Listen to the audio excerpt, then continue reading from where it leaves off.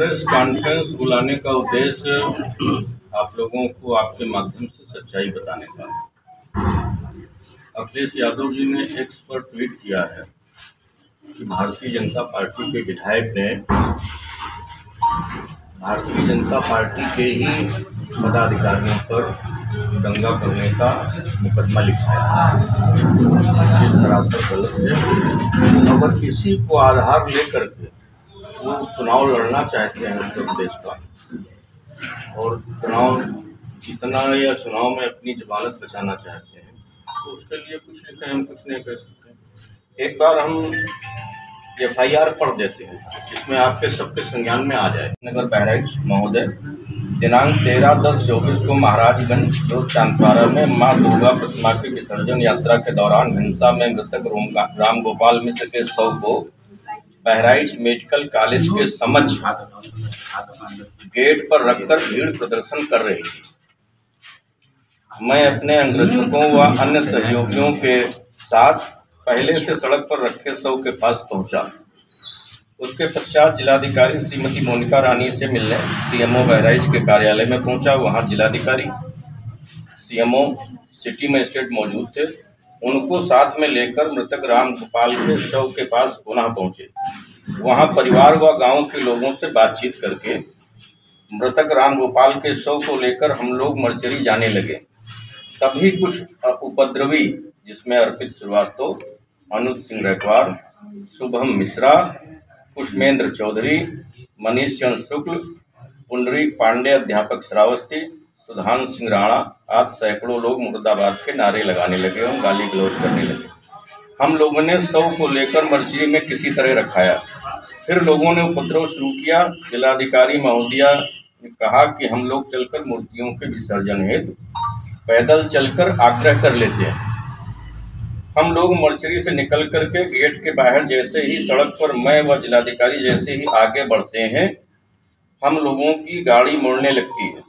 उपरोक्त लोगों द्वारा गाड़ी को रोकने एवं शेष बचे लोगों को जान से मारने की नीयत से पत्थर अद्धा चलाने लगते हैं। उसी समय भीड़ से एक फायर भी होता है जिसमें गाड़ी संख्या UP 32 JP 9999 ईसुजू गाड़ी का शीशा टूट जाता है। उक्त घटना में मेरे बेटे श्री अखंड प्रताप सिंह बाल बच जाते हैं। उक्त सारी घटना रात्रि 8 बजे से 10 बजे के मध्य की है। CCTV फुटेज में सारा कुछ स्पष्ट होगा। अतः मुकदमा पंजीकृत करके समुचित एवं आवश्यक कार्रवाई करने का कष्ट करें। पार्टियों के लोगों ने BJP को मोड़ा बनाया है कि ये मामला कोतवाली नगर शहर का है, लेकिन उसको दर्शाया गया है कि ये महाराजगंज से जुड़ा हुआ है। कौन लोग हैं जो चिन्हित किए गए हैं ऐसे लोग? हमारी इस संबंध में कोई बात नहीं हुई है किसी से, इतना विवेचक से हुई है। जिस दिन से मुकदमा हमने लिखाया है सारा कुछ जनपद हमारा सुरक्षित रहे, जैसे आपसी सौहार्द था उसी तरह से सौहार्द चलता रहे। बीच में फिर हम गए थे, परिवार के लोगों से मिले थे, उनकी सबकी, उनकी पत्नी की, उनके भाई की, उनके साले की, उनकी सास की, उनकी दोनों बहनों की, उनके माताजी की, उनके पिताजी की सारी बाइक हमारे पास सुरक्षित है 16 तारीख की, जिसपे उन्होंने कहा है कि हम माननीय मुख्यमंत्री जी के आश्वासन से और उनकी बातों से पूर्ण रूप से संतुष्ट हैं। और 16 की सुबह उनके पिताजी आदरणीय कैलाश नाथ मिश्रा जी ने हमको फ़ोन किया था कि विधायक जी आ जाइए, यहाँ कुछ बाहर के पत्रकार आते हैं, कुछ गांव के नेता या अगल बगल के रिश्तेदार आते हैं, हमारे मुंह में बात डाल करके उसको कहलाने का प्रयास करते हैं, हम बहुत परेशान हैं, तो आप आ जाइए, हम आपको अपनी बात बता दें, हम इससे मुक्ति मिल जाए, क्योंकि हम मुख्यमंत्री जी से पूर्ण रूप से संतुष्ट हैं। पहली बात तो हमने स्पष्ट रूप से लिखा है, मुकदमा लिखा देने से न कोई मुलजिम होता है और न कोई दोषी होता है। हमने स्पष्ट रूप से लिखा है कि CCTV कैमरे वहां पे लगे हुए हैं, एक दुकान पे नहीं कई दुकानों पे लगे हुए हैं, उनको विवेचक देखेगा और जो भी बलवा करने में होंगे, जिसने भी फायर किया होगा, जिसने ईंट पत्थर चलाई होगी, उसके विरुद्ध वो कार्रवाई करेगी। इसका महाराजगंज की घटना से कोई लेना देना नहीं है। और जहां बार बार भाजपा का जिक्र आता है, हमारे ख्याल से भाजपा का इसमें कोई नहीं है। बाद में जानकारी मिली कि अर्पित श्रीवास्तव भाजपा के भारतीय जनता युवा मोर्चा के नगर अध्यक्ष हैं। इसके अतिरिक्त भाजपा का मेरे विचार से कोई इसमें है नहीं। और उपद्रवी लोग थे, ज्यादातर लोग नशे में थे और सब लोग ये कह रहे थे कि ये हमारा भाई है। जब हमने परिवार के लोगों से पूछा कि आपके भाई हैं, और जो लोग कह रहे थे कि हम इनके भाई हैं, वो 100 के मुंह पर बैठे जा रहे थे। उनको ढकेल करके हमने पीछे किया और मैं, दिवाकर पांडे जी, अखंड प्रताप सिंह और उनका भतीजा किशन, 4 लोगों ने उस 100 को कंधे पर लेकर के उठा करके हम लोगों ने उसको मर्चरी तक पहुंचाने का काम किया। और जब मर्चरी पहुंच गए तो मर्चरी का दरवाजा भी तोड़ दिया उपद्रवियों ने। एम्बुलेंस को शीशा पत्थर फेंके, एम्बुलेंस भाग गई। उसके बाद में मर्चरी की दीवार भी गिरा दी गई, जो लोगों ने मुझको बताया। और 13 तारीख की घटना है। कई लोगों ने कहा कि अपने लोग हैं, तो हमने कहा कि अगर कोई अपना है तो आ करके बता दे। हमने 18 तारीख को FIR लिखाई है। जो नाम मुझे ज्ञात हुए, हमने 18 तारीख को FIR लिखाई है। और इसमें कहां से ये बात आ गई, अखिलेश जी हो या कोई अन्य नेता कह रहा हो कि भारतीय जनता पार्टी ने दंगा कराया, और भारतीय जनता पार्टी के नाम ही भारतीय जनता पार्टी के विधायक ने लिखा दिया। तो स्पष्ट रूप से परिलक्षित होता है कि ये अकारण एक माँ के बेटे को, एक पत्नी के पति को, जिसकी हत्या हो गई थी, उसको सड़क पर रख करके एक राजनीतिक रूप दिया जा रहा था, राजनीतिक रंग दिया जा रहा था, लोगों को भड़काया जा रहा था। और उस भड़काने को रोकने के लिए और उसको सुरक्षित उठा करके हमने, और जिलाधिकारी और सिटी मजिस्ट्रेट, DIG, कमिश्नर, सारे लोग मौजूद थे। उन लोगों के साथ में जा करके अगर हमने मर्चरी में रखाने का काम किया है, अगर इसको दंगा कहते हैं अखिलेश यादव जी, तो इसका कोई जवाब नहीं है। क्योंकि त्योहार, अभी बुलडोजर की कार्यवाही थी, इसमें 15 दिन के लिए रोक लगा दी। PWD की तरफ से जो नोटिस था उसको 15 दिन के लिए समय दिया गया है। तो अभी स्थितियां कैसी हैं उस क्षेत्र में? उस कार्रवाई को भी, जो आप बुलडोजर की कार्रवाई कर रहे हैं, उस कार्रवाई को भी तोड़ मरोड़ करके पेश किया जा रहा है। कहा यह जा रहा है कि अब्दुल हमीद का घर गिराने के लिए कार्रवाई की जा रही है। प्रथम चक्र में 23 लोगों को अब नोटिस दी गई है, और इसके पहले 2023 में भी लोगों को नोटिस सर्व हो चुकी थी, और वहां पे निशान लगे हुए हैं, आप जाकर के देख लीजिए, 2023 के। आज का विषय ये नहीं है।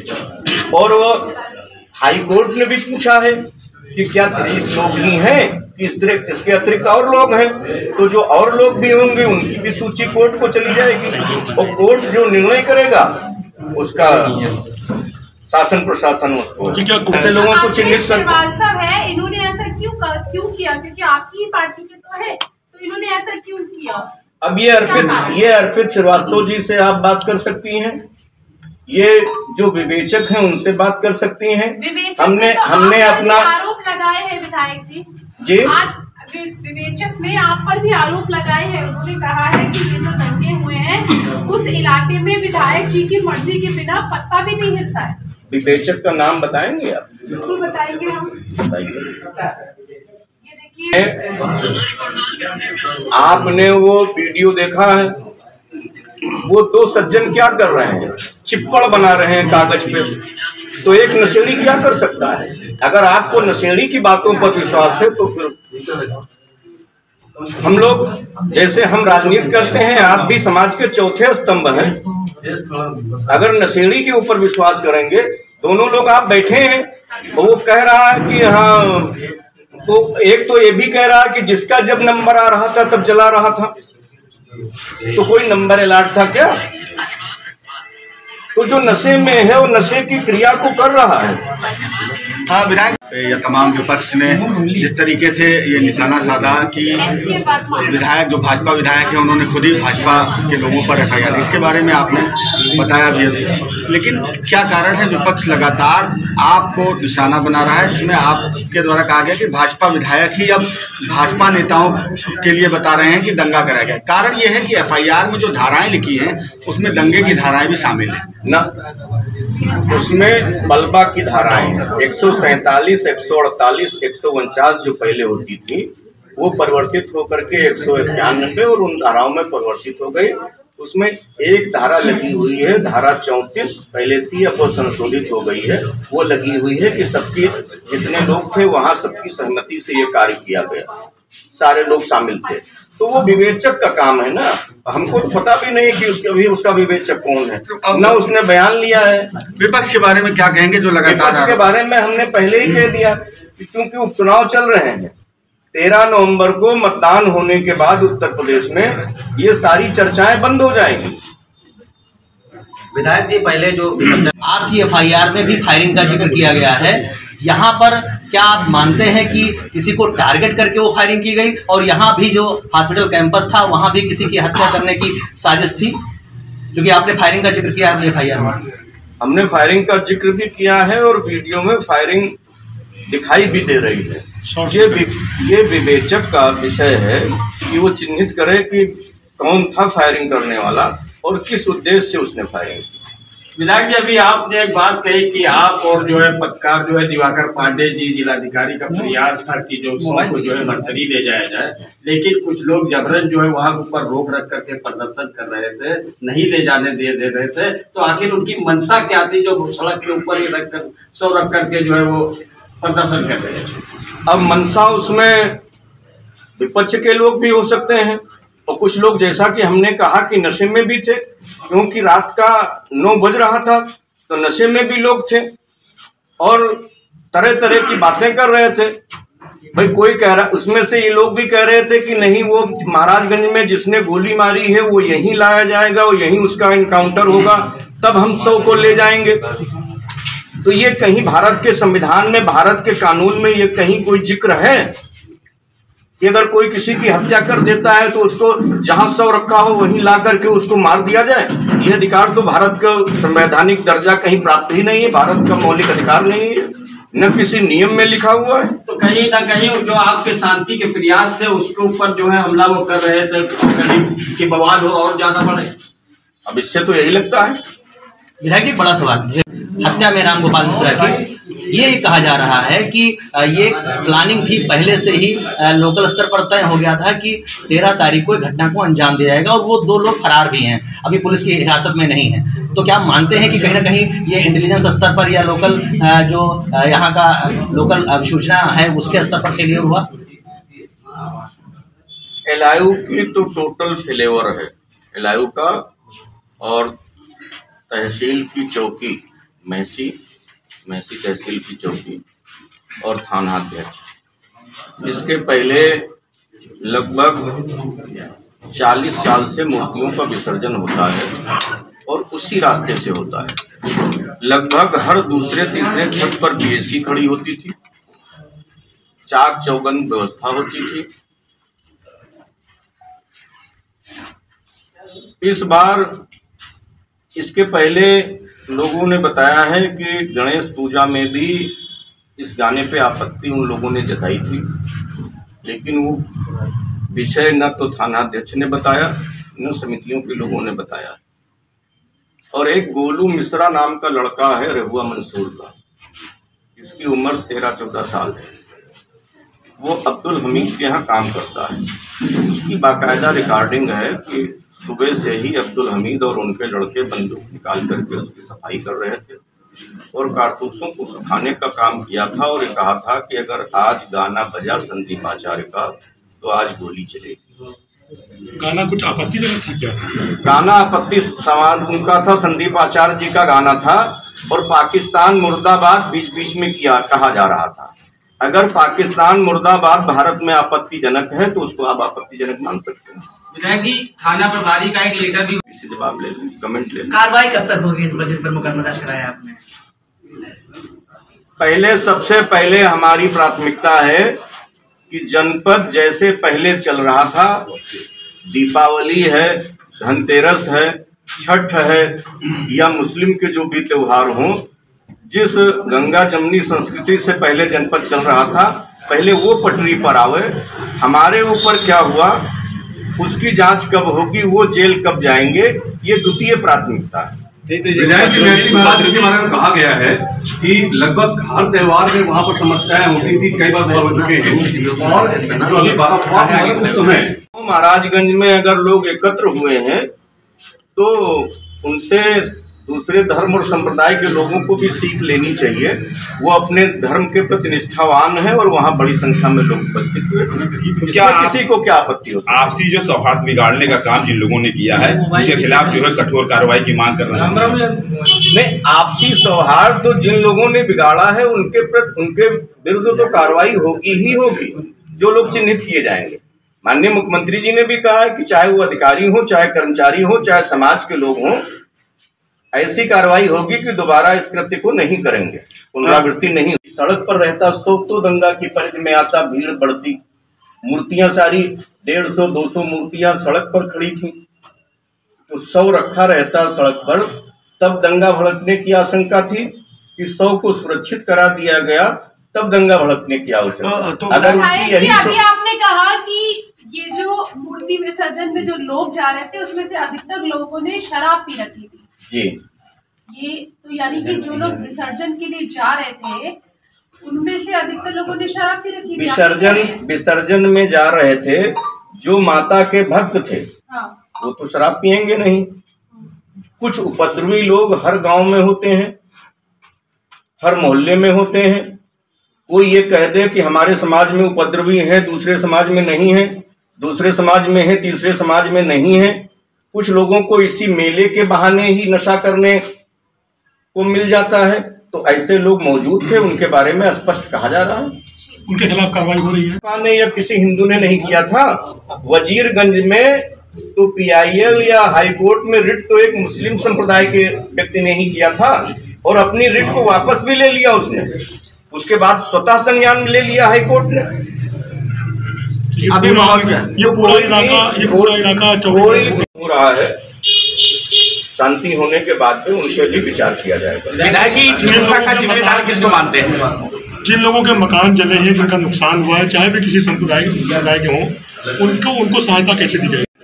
एक अपने यहाँ फंड होता है राहत का, उसका आकलन किया जाएगा, और जो ऐसे गरीब लोगों का नुकसान हुआ है, जो दंगा पीड़ित है, उस पर माननीय विधायक जी, होगा गाँव में लोग कह रहे हैं कि पुलिस जबरन घुस रही है, देर रात घुस रही है, परेशान कर रही है। कल बार काउंसिल ने भी अपना ज्ञापन दिया है, ब्राह्मण संगठन भी कल यहाँ ज्ञापन देने आया था। इस पे क्या कहना है?